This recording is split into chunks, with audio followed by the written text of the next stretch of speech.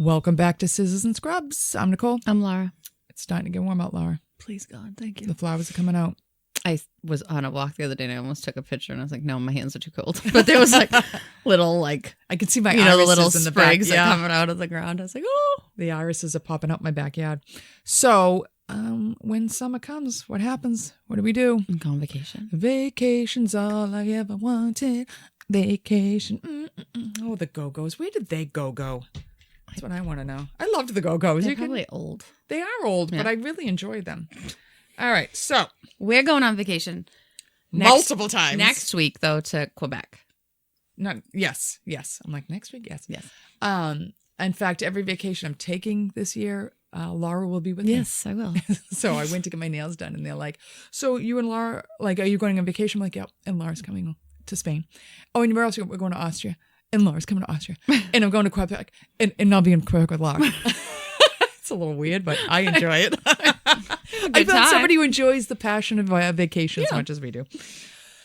I mean, because you have the family vacation, but then we need our own vacation. We have like the mother-daughter vacation. Yes. And then we have the whole family vacation. Yes. And so we need a girls' vacation. We need a girls' vacation where we get to do just what we want to do. Yeah.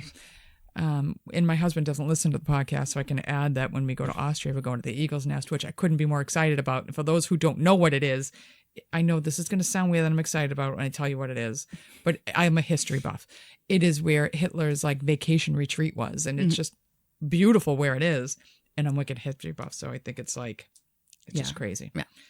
All right, so it's been a long winter. Yes, very long winter. Mm-hmm. Vacation really should be in March, which I will be going next year away. I need warmth because I've had enough of this kind of weather. It's torture.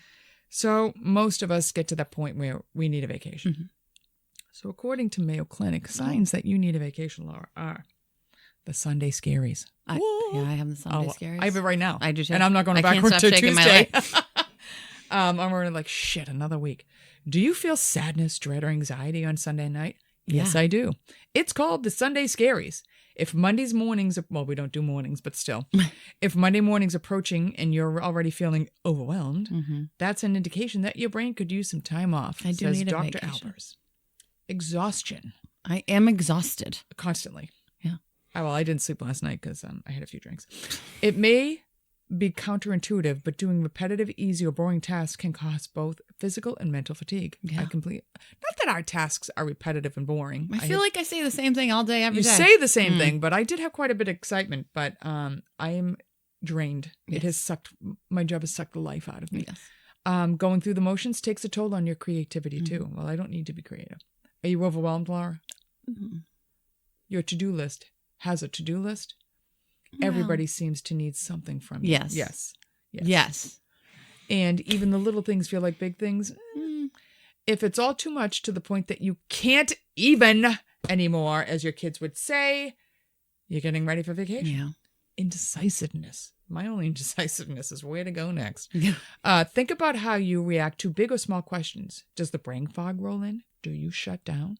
Do you answer without considering the consequences? I do that all the time. Yeah, I just answer. I'm like, why did I just say now that? I'm just snapping. And then I realize, like, I just asked something completely fucking stupid. I don't know why I just said that. These are all signs of decision fatigue. Mm-hmm.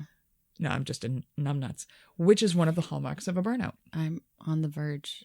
Yeah. Pessimism. Well, I've been pessimistic since about 1999, so I guess I've needed a vacation forever. Pessimism. Bright sides and silver linings tend to be in short supply. Yeah. When we're dealing with cognitive overload. That negative, cynical mindset, I've had it my whole life. So yeah, but it seems to be, I'm at the verge at the moment. Of like, wow, no one can do anything. I want to quit my job. No one at work can do anything right. I agree. Yeah. And I do know, I have already recognized somewhere in the middle of February, it's time for a vacation. Yeah. No, actually, when did we get back? We got back in October. Probably by Christmas, I was ready for a vacation. That negative, cynical mindset can impact everything from your self-confidence and social life to your physical health. Yeah. It doesn't affect my social life, I can tell you that. Emotional dysregulation.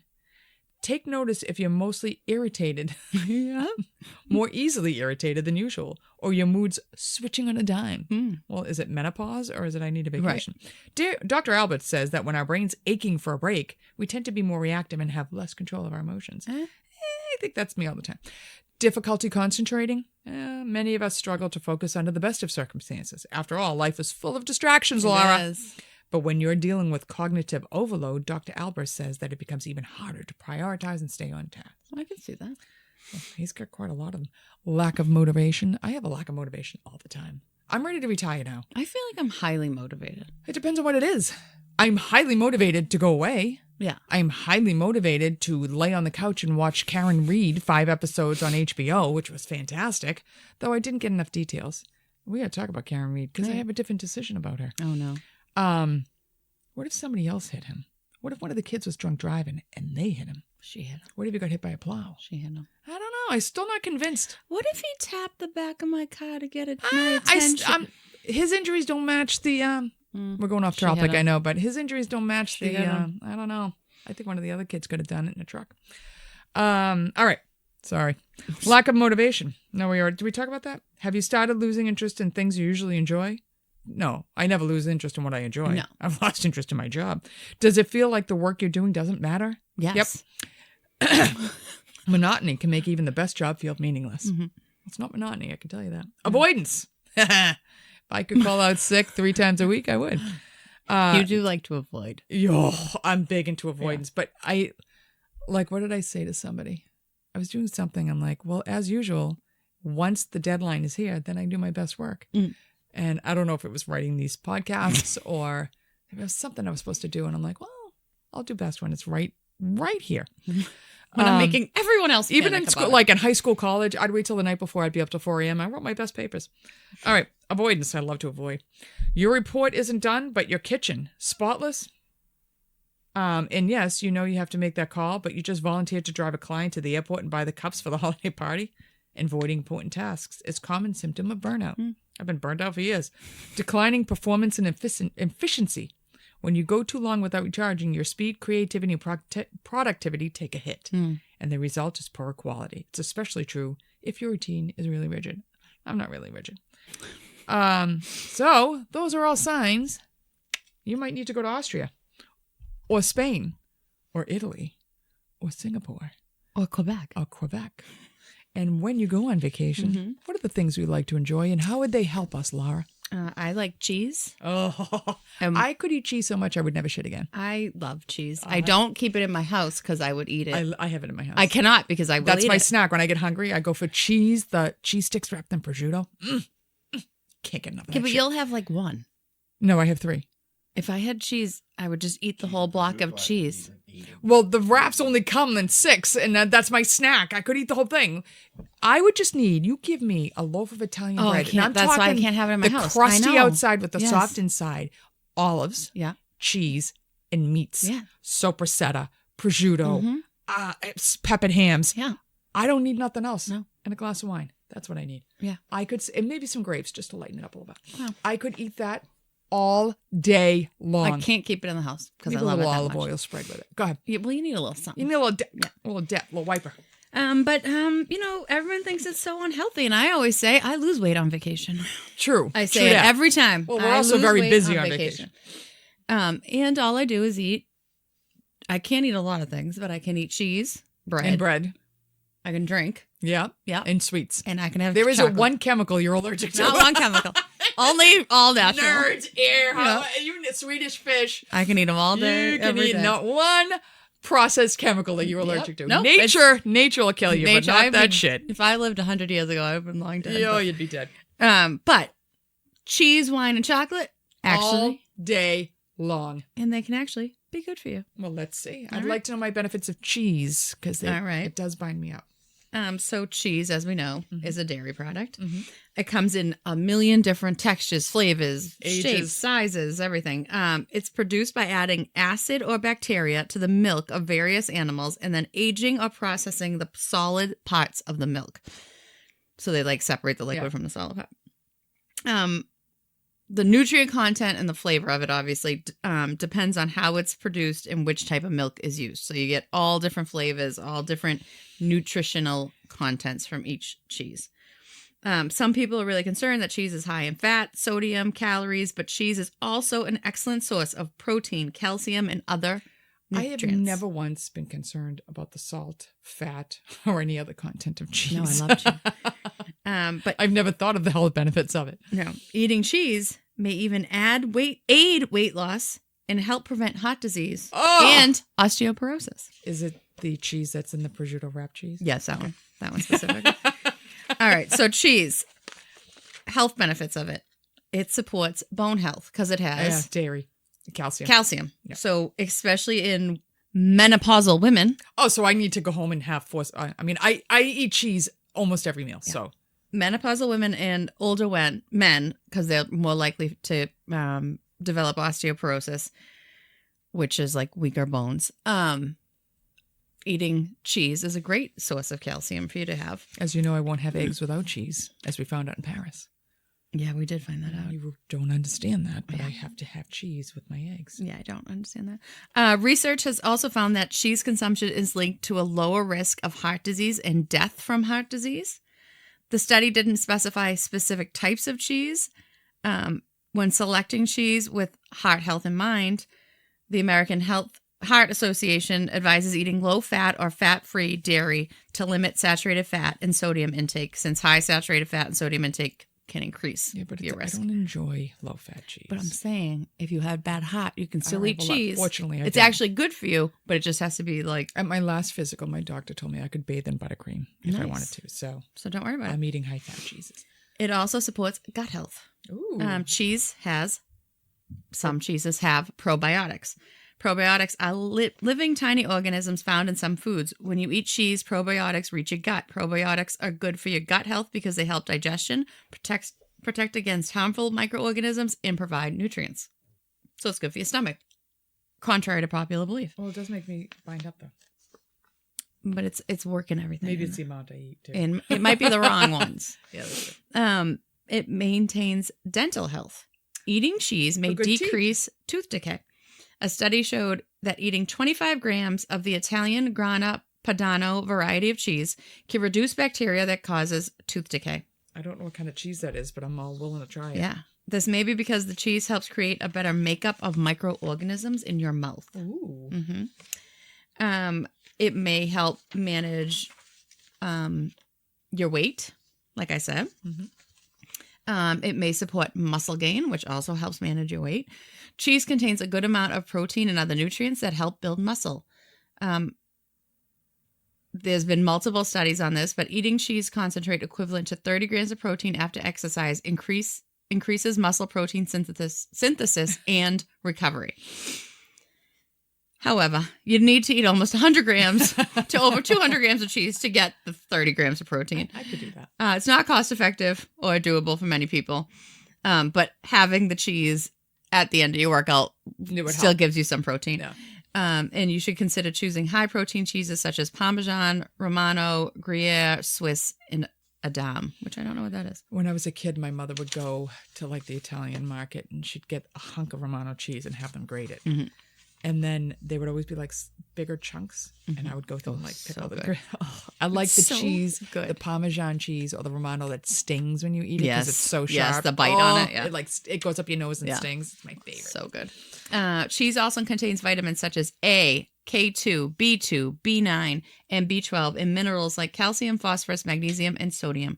Cheese is generally high in saturated fats and sodium. This can be a concern, especially for people who are already at risk or have heart disease. And like I said, the AHA recommends consuming fat-free and low-fat cheeses like cottage cheese to get your cheese in if you have those problems. One of my favorite breakfasts, which you're going to think is disgusting. I can already see your face. I got to have my scrambled eggs with cheese in it. And then a big old scoop of Chives cottage cheese with it because I like the hot and cold. No, that would be good. I can't get it. As a kid, I was like, bleh. You know what I like? Eggs. And then put the buffalo chicken dip from Trader Joe's on it. And it is so good. I make like a little omelet and then put that in it. So good. Mind blow. And it's like the hot and the cold. Like that's, I love the hot and cold, man. I can't get enough of hot and cold. So good. Mind blow. I cannot imagine the amount of fat in that, but it's so good. So, but there are, there are risks of eating cheese. Mascarpone cheddar, Parmesan, Brie, soft goat cheese, Edam, and feta contain more saturated fat. ricotta, That's why they're so cottage good. cheese, reduced fat processed cheese, half fat cheddar, reduced fat cottage cheese, and quark have less saturated fats. Ricotta was a big Weight Watchers cheese. My mother used to use that a lot in Weight Watchers. Yeah. I love ricotta cheese. Cheese can also be high in sodium. High sodium can cause heart disease. So it's recommended that people not eat more than 2,300 milligrams of sodium a day. And if you're watching your salts, consider eating cheese with less salt, like mozzarella and cottage cheese. Oh, mozzarella. Aged and processed cheeses such as feta, blue, Parmesan, American cheese, and halloumi contain more salt. So try to avoid those if you have heart disease or need to watch your salt. Don't consume the product if you are allergic to milk used in the cheese. For example, eating goat's cheese can be dangerous if you're allergic to goat's milk. If you're allergic to cow's milk, don't eat cow's cheese. Right. But there are different cheeses made from different animals, so you can eat them. And if you're lactose intolerant, please don't eat cheese. You're gonna have Unless you have lactate. a lot of gas. Could get ugly. Yeah. So I have the 9 healthiest types of cheese. Ooh. I think it goes in from 1 to 1. Oh, no, like from the 1. healthiest to the least please healthy. tell me the healthiest. Mozzarella. My favorite. Mhm. My favorite. Mozzarella is a soft white cheese with high moisture content. It originated in Italy and is usually made from Italian buffaloes or cow's milk. Italian buffaloes. I never They're knew cows. That. Yeah, no. Yeah. I know, but I just never knew that. I thought it was like a moo cow from here. Oh, yeah. No. Well, I think if it's over there. Compared to the buffalo cow, I don't know what kind of sound he makes, Yeah. but apparently it's not moo. No, it's not A moo. Mozzarella is lower in sodium and calories than most other cheeses. A 1 ounce or 28 gram serving of full fat mozzarella contains 85 calories, Ooh, 6 grams of protein. That's pretty good. yeah. 6% of the daily value of sodium and 11% of the daily value of calcium. Mozzarella also contains bacteria that acts as probiotics, including strains of Lactobacillus ceaci and Lactobacillus fermentum. Studies in both animals and humans suggest that these probiotics may improve gut health and and keep you regular, Regulate. promote immunity, and decrease inflammation. So I should put mozzarella cheese on my eggs too? Yeah. I love Oh, yeah. Blue cheese is number 2. I don't like blue cheese. I like blue cheese. I don't like a huge chunk of it, but I like buffalo it. wings. And I've had it with Steaks? No, it was like a jelly. And we were like, yeah, what? that wouldn't be bad. It was a specific jelly. Now I can't remember. Someone made it and I was like, I don't know. They're like, I'm telling you to try it. Because I'm like, I don't like a huge chunk of. It was so good. It was so good. I think So blue cheese is made from cows, goats, or sheep's milk that has been cured with cultures from the mold penicillium. Oh, so I could use it for an antibiotic. Yes, if you were sick, eat some So blue if I get cheese. a UTI, I just eat some blue cheese? Okay. Blue cheese is very nutritious and is a good source of calcium. A 1 ounce, 28 gram serving of blue cheese made with whole milk provides 100 calories, again, 6 grams of protein, 8 grams of fat, 1 gram of carbs, 14% of the daily value of sodium, and 12% of the daily value of calcium. Since blue cheese is high in calcium, a nutrient necessary for optimal bone health, adding it to your diet may help prevent bone-related health issues. All right, so get some buffalo wings. 'Cause I mean, can really do some blue cheese damage. But with eat like the buffalo. real blue cheese. You know what I mean? I'll just melt it. It is high in sodium, though, so if you're on a low sodium diet, maybe try to avoid it. I won't be after all this cheese. Number 3, feta. Oh, I like feta. I love feta. I like feta. I like the big brick of it Yes. on top of the salad. I like it in that salad. Yeah. Oh. So good.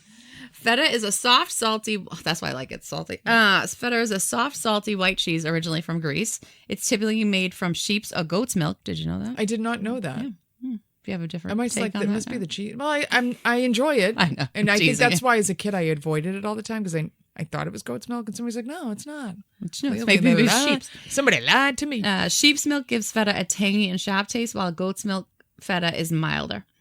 Because feta is packaged in brine to preserve freshness, it can be high in sodium. However, it's typically lower in calories than most other cheeses. A 1 ounce, 28 gram serving of full fat feta provides 75 calories, 4 grams of protein, 6 grams of fat, 1 gram carbs, 14% of the daily value of sodium, and 11% of the daily value of calcium. Feta provides CLA, which is associated with many benefits, including reducing body fat and other changes in body composition. I'm going to have to start eating me some more feta. Thus, eating CLA-containing foods such as feta may help reduce your body fat. Number 4, cottage cheese. Everybody knows when you're on a diet, eat cottage cheese. I love the cottage cheese with pineapple. I don't like the sweet ones. I like the safe ones. I like them both. I like it both ways, but I do like it with the sweet. And remember Melba toast? Yeah. I used to have onion Melba toast, and I'd use it like a dip. That would be good. I haven't had Melba toast in years. I love a good Melba toast. Yeah, like an onion Melba toast as a kid. My mother would buy them. I'd go through that. Between that regular cheese I'd cut, or I'd eat it with cottage cheese. I like the crunch. Yeah, it's good. It's like nice and hot. Yeah. Cottage cheese is a soft white cheese made from the loose curds of cow's milk. It's thought to have originated in the U.S. Who knew that we came up with curds? Cottage cheese is much higher in protein than other cheeses. 1 ounce, 28 grams of low-fat cottage cheese provides only 23 calories. Oh, I'm going to bathe in it now. 3 grams of protein. So I can eat it with my eggs lathered in American cheese. 0.8 grams of fat. Oh, that's really low. I like me some cottage cheese. Only 1.3 grams of carbs. 4%. This is my new nighttime snack now. Then. I'm getting some Melba toast next time I go Can out. I tell you what my father-in-law's nighttime snack is? I'm afraid to ask. He's cottage cheese with the Frito chips. Because it's healthy. Well, I mean... I think that's breakfast. Breakfast. I'm sorry. No, I thought it was his midnight snack. Are you kidding me? No, he needs sugar for his midnight. It's something. Fritos and cottage cheese. Well, I mean, it's better than sucking down Fritos with Cheese Whiz. I guess. Which isn't even really cheese.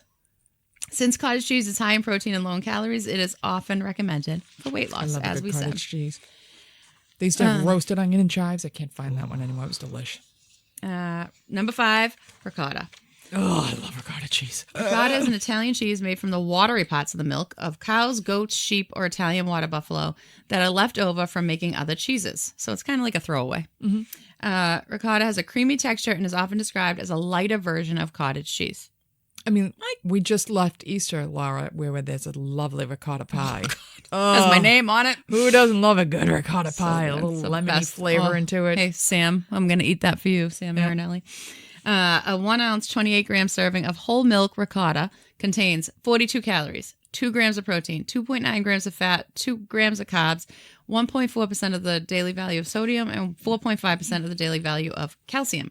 The protein in ricotta cheese is mostly whey, a milky protein that contains all the essential amino acids that humans need to get from food. Oh. So it has all your amino acids. It's really good for you. Whey is easily absorbed and may promote muscle growth, help lower blood pressure, and reduce high cholesterol levels. Oh, I love ricotta. And it can take on like the flavor of whatever you put it's it with. You know what I mean? Oh, it's so good. Baked ziti versus sweet ricotta pie. Yeah, very different. Yep. Number 6, Parmesan. Oh, yum. Parmesan is a hard aged cheese that has a gritty texture and a salty, nutty flavor. It is very nutty flavor. It's made from raw, unpasteurized cow's milk that is aged for at least 12 months to kill harmful bacteria and produce a complex flavor. The final product is loaded with nutrients. A 1 ounce, 28 gram serving of Parmesan cheese provides 111 calories, 10 grams of protein. That's a ton. That is a lot. 7 grams of fat, 1 gram of carbs, 15% of the daily value of sodium, and 26% of the daily value of calcium. The 1 ounce serving also contains 16% of the daily value of phosphorus, which I never see food that has phosphorus. So. It's phosphorus for bone growth. Yeah. So a study in 2014 found that higher dietary intakes of calcium and phosphorus were significantly associated with better bone mass in certain parts of the body, including the femur, the longest bone, and the one that all the old people like to break. Well, I guess I should really start nailing down the Parmesan, chicken parm, eggplant parm. I better start. You better start now. All right. And because it's aged for a long time, Parmesan is very low in lactose. So if you have like a slight intolerance to it, Parmesan is a good cheese to eat. Number 7, Swiss, the holy cheese. I never used to like Swiss, but I'll tell you, on a good like burger, Swiss mushroom burger, sometimes in an omelet, I like it. Yeah, I'm not like a big I won't eat a slice of Swiss, but I like Swiss in things if you or put on it in things. stuff, I'll eat it. It's got a different flavor to it. It has the holes because they're formed by bacteria that releases gases during fermentation. But these bacteria are all good for you. A 1 ounce, 28 gram serving of Swiss contains 111 calories again, 8 grams of protein, also tons, Fat, 9 grams. Carbs, less than 1 gram. So not a lot of carbs if you're watching those. That's why it's another diet food, especially the Finlandia. Sodium, 2% of the daily value, and calcium, 19%. Since it's lower in sodium than most other cheeses, Swiss cheese is often recommended for anyone who needs to monitor their salt intake, including people with high blood pressure. So instead of having your American cheese on something, put a piece of Swiss cheese on it. Also, Swiss cheese and other alpine cheeses, such as Emmental and Gruyere, are lower in carbs than many other cheese types, and this may be desirable for people who have diabetes or on a ketogenic diet. Nice. And it literally says to incorporate Swiss cheese into your diet, you can eat it with fruit or add it to sandwiches, egg bakes, burgers, or French onion soup. Oh, I mean, a French onion. It's good on French onion. Holy shnikes. Number 8, cheddar. Oh, I love nice sharp cheddar. Cheddar is a wildly popular semi-hard cheese from England. It's made from cow's milk that has been matured for several months. It can be white, off-white, or yellow. The taste of cheddar depends on the variety, ranging from mild to extra sharp. A 1 ounce, 28 gram serving of sharp cheddar cheese contains 115 calories, 7 grams of protein, 9 grams of fat, 1 gram carbs, 8% of the daily value of sodium, and 15% of the daily value of calcium. In addition to being rich in protein and calcium, cheddar is a source of vitamin K2. Vitamin K is important for heart and bone health. It prevents calcium from being deposited on the walls of your arteries and veins. Oh, lovely. Inadequate vitamin K levels can cause calcium buildup, inhibiting blood flow and leading to an increased risk of blockages and heart disease. So it's important to get enough vitamin K in your diet.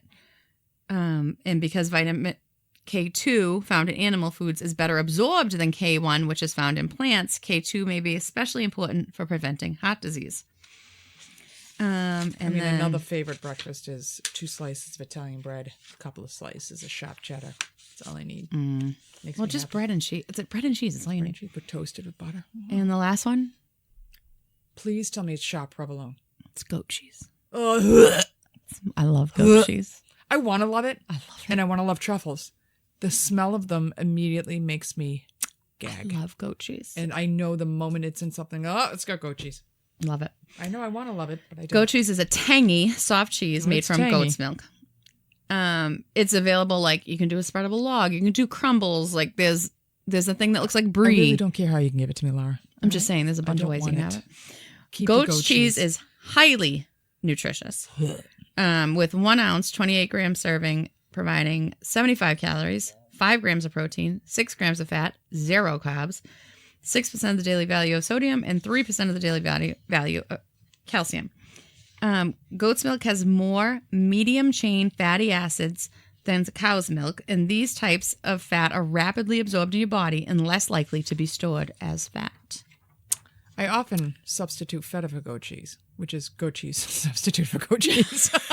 So now you know, you're just having goat cheese. I don't know what they do to the feta, but it's different. All right. So cheese actually has health benefits. Obviously, if your doctor is telling you to stay away from them, stay away from them. But there are cheeses you can have if you need like a heart-friendly diet or weight loss or anything. Part of it's what you combine that cheese with. Right. Like, if you're having a cheddar cheeseburger 4 times a day, it's probably not good for you, Mm-hmm.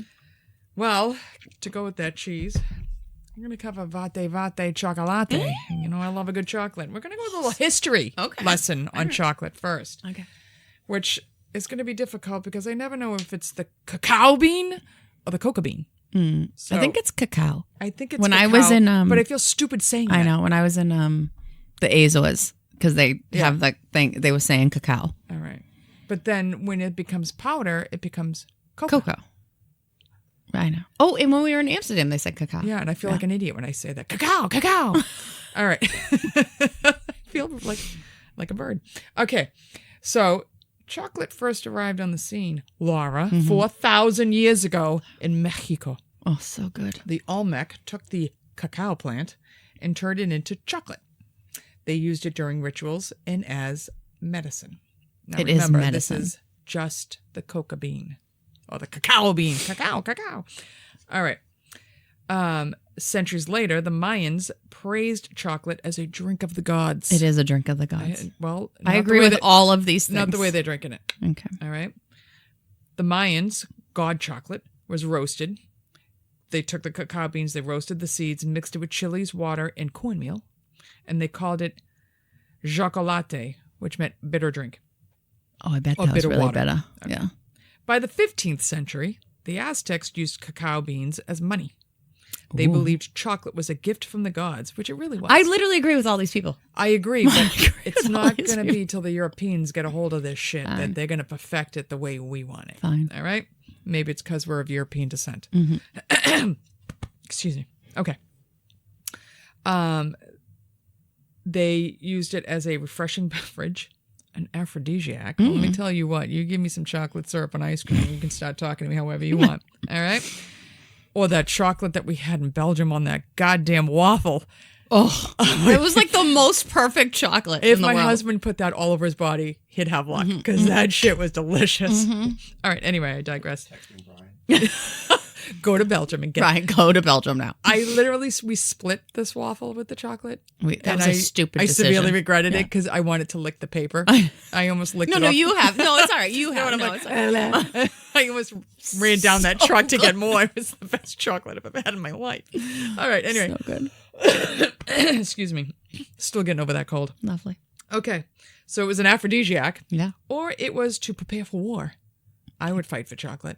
There we No, go. like they would drink it. Probably because there's cocaine in it. Like the leaves of the cacao plant. That's what. So they're probably hyping themselves up. All right. It is thought that Cortez brought chocolate to Spain in 1528, but that is not confirmed. Okay. So the Spanish take the seeds and they mix it with sugar and honey Yeah, they do. to help with the bitter taste. You should see Laura's face when I'm talking about chocolate. This is just making me so happy. Okay. So- And now it is wicked popular among the rich, and Catholic priests are using it. It aids in religious practices. You're having chocolate.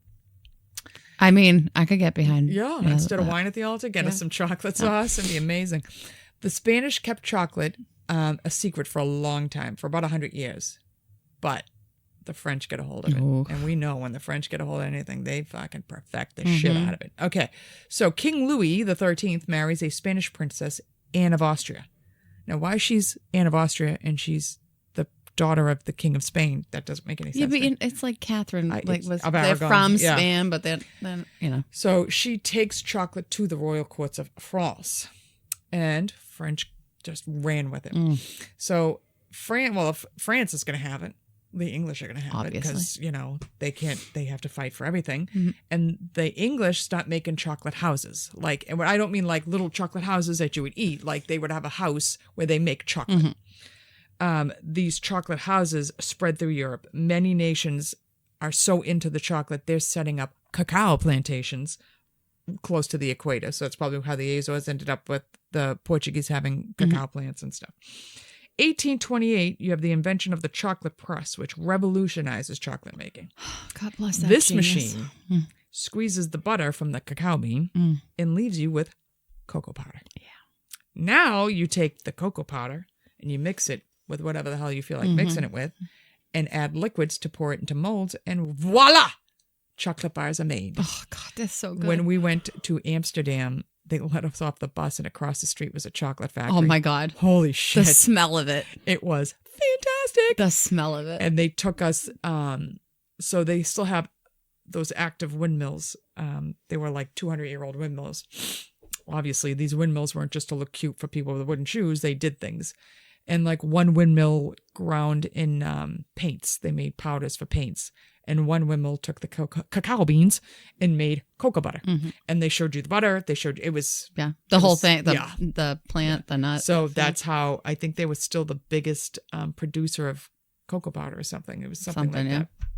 Not that one particular windmill, but the factory across the street. Oh my God, it was so good. Yeah, so that's how Brussels ends up with their chocolates, and it just take it for there. So ways that dark chocolate can benefit you. So this is according to John Hopkins, and I want to just preface with everything in moderation. This does not mean you sit down to hundreds of pounds of Kit Kats and Reese's Pieces because A, wrong chocolate, B, you can't eat that much chocolate of anything. I can. You can, but you shouldn't. Let me preface, okay? You should not eat that kind of chocolate. I can 100% eat that. Okay. So the antioxidants in chocolate, flavanol, which is called epicactin. Flavanols are compounds found in plants that fight inflammation and protect against cell damage caused by free radicals, which cause cancer. So, dark chocolate has been lewd You know what? You know what I'm drinking tonight? Hot tea. That's what I'm drinking tonight. Yeah, all right. I mean, I put a little extra sugar. Maybe that's Just can't see that well. Dark chocolate has been shown to lower blood pressure and reduce risk of clotting and increase blood circulation to the heart, thus lowering risks of stroke, coronary artery disease, and death from heart disease. nice.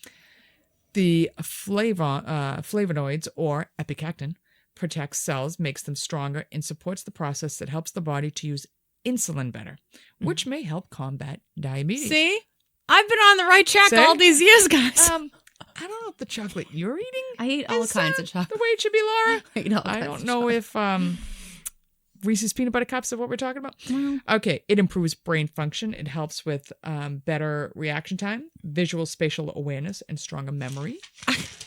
I mean, it's amazing what chocolate does. And one thoughts that that these flavonoids are increasing blood flow. Can you go get me some chocolate? I'm clearly having a problem. obviously. Go get me some chocolate right now. It increases blood flow to the brain. The thing is, as I'm writing, it was getting later, so I'm writing faster and faster. Okay. Though I do think I still did a pretty good job. You did. Okay. It boosts athletic performance. It increases nitrous oxide to the blood, which supports circulation and reduces the amount of O2 an athlete would need while engaging in intense exercise. It reduces stress. Of course it reduces stress. does. It reduces my delicious. stress. I was very stress-free in Belgium. Yeah. All right. People who eat dark chocolate, which is not my favorite, they report feeling less stressed. Researchers confirm after eating dark chocolate, there were reduced levels of the stress hormone cortisol. So, to be beneficial, the chocolate should have 70% I was gonna or say, is it more 70 of or cacao more? beans. Yeah. Now, I remember as a kid, my mother would buy the baker's chocolate. Yeah. And, you're a kid. Chocolate. And I can vividly remember going up to her and be like, can I eat this? And she's like, it's baker's chocolate. I'm like, I don't care. I want to eat it. She's like, go ahead. It was like, it was so bitter. It was so bitter. I would still eat the baker's chocolate. No, I didn't. But because I'm expecting it to taste like Right. a Hershey bar. Yeah, as well. it's not a Hershey's Yeah. bar. I was like, oh. So they're saying maybe an ounce of this as a treat once in a while. I know. Fine. So basically, always check the calorie, fat, and sugar content of chocolate as well, because that can cancel out the health benefits of the chocolate. So if you go to Market Basket or anything, you'll see there's a whole section, and they'll have big chocolate bars, and it'll be like 70%, 80%, 90%. They actually recommend like 90 or higher. Right. They're edible. It's not like baker's chocolate. It's not like having a Hershey's bar. It's not like having a Hershey bar at all. No. A Cadbury flake. Oh, Cadbury cream. Vienna bought me a Cadbury creamed egg today. I'm so excited. I can't wait to crack into it. I forgot. I'm actually just remembering I was like, shit, I should have eaten that before I left. I love Cadbury chocolate. Yeah, but like I'm talking those Cadbury flakes, they're from Europe. I don't know those. Oh my God. It's like a little chocolate and it's like flaky. Real chocolate. It's real. It's like European. European chocolate's better. It's way better. But, A caramello. oh my God. The big ass one. I'd eat the whole thing in one sitting with a glass of milk. I love it. Oh and my then the God. caramel would stretch out and get on your chin. And, Oh my God. I love a caramello. One of my favorite episodes of The Foods That Built America, because I'm obsessed with that show, as we all know, is Hershey's. And the reason why our chocolate tastes so different, because you don't make chocolate with milk. And all he had was milk. So now he has to figure out how to make chocolate with milk, and we have sour chocolate. I still like it. Oh, do it Hershey Kisses? I don't A know Hershey what it is bar. about those guys. Every great once in a while, I'm like, I'm going to get a Hershey bar. I'm not a bar. It's too much, but the Kisses No, are it's just not enough. too much. And then I can't stop eating them. M&M's, I love M&M's. which is Hershey's chocolate. Even though it's the M&M's is Mars always classic. It's a classic, and people overlook them. Yes. And I'm like, don't sleep on the M&Ms. But I go to the M&Ms every time. I love M&Ms. M&Ms. Some people at work, they have big vats of chocolate to keep us happy, which, you know what? We joke about all this stuff, but it makes us happy. You send pizza to lunch, we're going to eat it. Yeah. And everybody's happy. They're still bitching, but they're going to eat the pizza. And if you bring chocolate to bribe me, I'm going to eat it. Yeah. And I'm going for the M&Ms first. I love the M&Ms. That and Nestle Crunch. Woo, I love Nestle a Crunch isn't my favorite.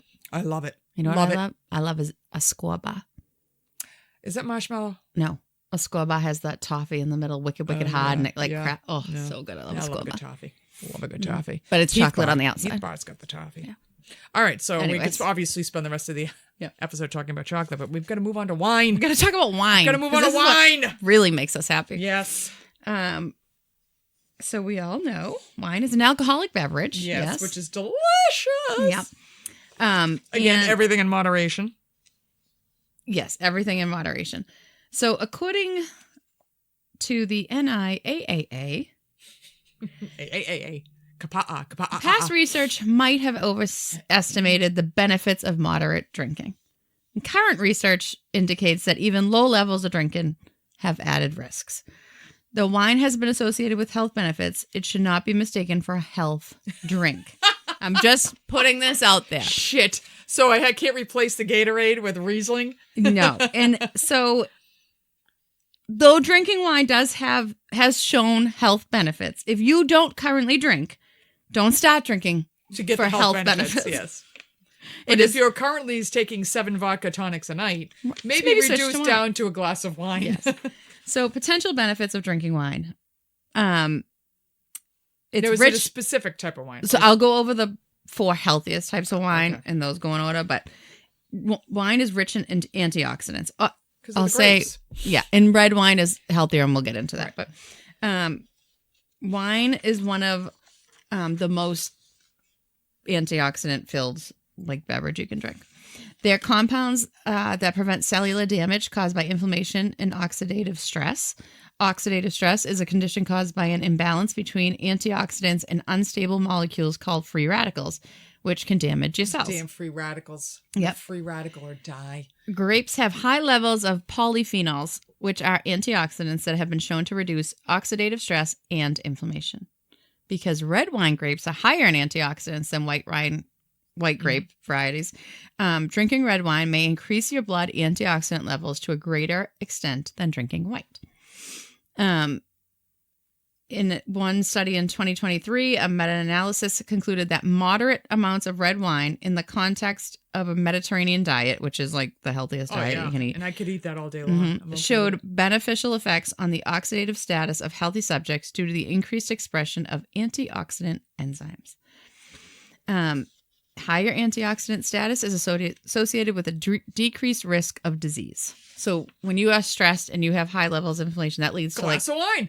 But it leads to cancer and inflammation leads to all these. It's not like, oh, my knee's sore. It's inflammation in your body is not this good. This whole episode is geared to making you cancer free. Yes, vacation, obviously. That's cheese, what we're talking chocolate, about. and wine.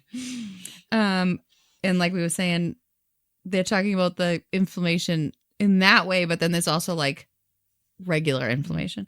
Wine contains compounds that have anti-inflammatory properties. Chronic inflammation is harmful, and I just said it may increase risk of conditions like heart disease, autoimmune disorders, cancers. Therefore, you're going to try to prevent this inflammation. Chronic inflammation can be reduced through diet, stress reduction, and exercise. Many foods can do that, and wine is one of them. Studies suggest that a compound called why do they name these such terrible things? Resveratrol in wine has anti-inflammatory properties. A 2021 study of coronary heart disease patients found that low to moderate wine consumption lowered their inflammation. Wow. Mm-hmm. It may benefit heart health. Studies show that individuals who consume moderate amounts of wine have a lower risk of heart disease mortality when compared with beer or spirits. So it's not hey, drink wine and you're not going to die of a heart-related issue, but you're less likely to die than if you're drinking beer or regular alcohol. So fattening. And just alcohol. Yeah, well, alcohol's brutal. It kills you. However, a higher risk for cardiovascular disease mortality was typically seen with heavier daily or weekly alcohol consumption across all types of beverages. You cannot be a heavy drinker and think this is gonna make you healthy at all. It destroys your face. It destroys your vessels. Everything. Researchers believe that red wine's high concentration of polyphenol antioxidants can help reduce your risk of high blood pressure, high cholesterol, and metabolic diseases. Excessive alcohol consumption may have negative effects on heart health, including increased blood pressure or a higher risk of developing heart disease. So again, this is not saying go drink a bottle of wine every night. It's just saying if you're going to have a drink, a glass of red wine is a better choice than a glass of beer or a glass of scotch and water. Yeah. Drinking wine in moderation may also have other benefits. It can benefit mental health. May reduce the risk of depression. However, excessive drinking always raises that risk of depression. It can promote longevity. Studies have found that drinking moderate amounts of wine as part of a healthy diet is linked with increased life longevity. And it may promote healthy gut bacteria. Oh, that healthy gut. It's always about the healthy gut. Yeah. Red wine may promote the growth of beneficial gut bacteria, which may improve metabolic syndrome markers in people with obesity. Most research is done for health benefits is done on red wine. I wonder if there's if those grapes are just better. It's with the skin in it. Okay. Red wine has been widely acknowledged for its high concentration of resveratrol, potent antioxidant found in the grape skin. So when they make red wine, they leave the grape skins on. When they make white wine, they take them off. So a white wine from a green grape is still going to have a red tinge? A white wine. So like there's green grapes and red grapes. Yeah. If you make wine from green grapes, how is it red? It's not. Right, it's white. So they could still leave the skins on. But that's not how they make white wine. Okay. Like to make white wine, they take the skin off. Period. To make red wine, they leave the skins on. Gotcha. And like for a certain period of time. Potential downsides, obviously, excessive alcohol intake can be harmful. Binge drinking and consuming high amounts of alcohol is always associated with negative health factors. Do not think that drinking wine heavily is going to make you healthy in any sort of way. But again, if you were going to have a drink, a glass of red wine is a healthier option. The 4 healthiest wine types. Red wines are the healthiest, obviously, like we just said. Ruby red wines are the healthiest types of wine. They contain more antioxidants than all other varieties. Red wine has 8 times more antioxidants than white wine. That's because the grape skins aren't removed during fermentation. Resveratrol, like I said, acts like an antioxidant and may prevent age-related heart function decline. It also may decrease the risk of colon and prostate cancer. Ooh, I could learn to like it. The second healthiest is orange wines. After red, best. Do we have examples like we're talking Merlot as a ruby red? Yes, like red. So orange is it's a white wine made like a red. So the skins. Oh, that makes sense. Like I said, white wine, you usually remove the skins. But with the orange wine, they leave it on for part of the fermentation process. Gotcha. Since orange wine has similar antioxidant content to red wine, it may offer similar health benefits. So an orange wine is the second healthiest. I'm going to have to try an orange wine in Spain. Yeah. Ooh. I think they put sugar in their wine in Spain. Well, this is what I was going to say. So if I get a ruby red wine and I make a sangria out of it, do I still get the same benefits? Yes. It's still made the same process. Because I can take it as a sangria. And actually put more fruit in it. Yeah. Yeah. I like it. A little sugar in there. Some other boozies. Yeah. The third healthiest is rosé. Rosé can be made with any red grape and is made worldwide. It's a good one in the summer. Yeah, because it's light. Yeah. I mean, Merlot is like drinking a meal. The winemaking process includes skin contact time, which is shorter than the red and orange wines. So it has fewer antioxidants than those two. And then the least healthy, white wine. But is it still healthy? Because, no. Oh, damn it. There is no skin contact. I love a good generally Riesling. speaking, with white wines. Now, what if I made a spritzer? Like I take a Moscato and I mix it with my red wine. Well, you still have the red wine. Right. Yeah. Right. Okay. Dry white wines are a little healthier than sweet red wines. You're just killing which me. Are Miss the least Smalls. healthy, Could you just give me something? Which are my favorites, of course. But they're sweet because they contain more sugar. Right. Yeast is added to the grape juice when they're making sweet white wines, which causes the sugar from the grapes to convert to alcohol. So there's just more sugar in the sweet white wines, but they're delicious. But that is delicious. Comparison, a 6-ounce serving of Moscato contains 27 grams of carbs, which 17 grams of sugar. Well, because it's wicked sweet. That's compared to a portion of Chardonnay, which has 3 grams of carbs and 1 gram of sugar. So it's like way worse for you.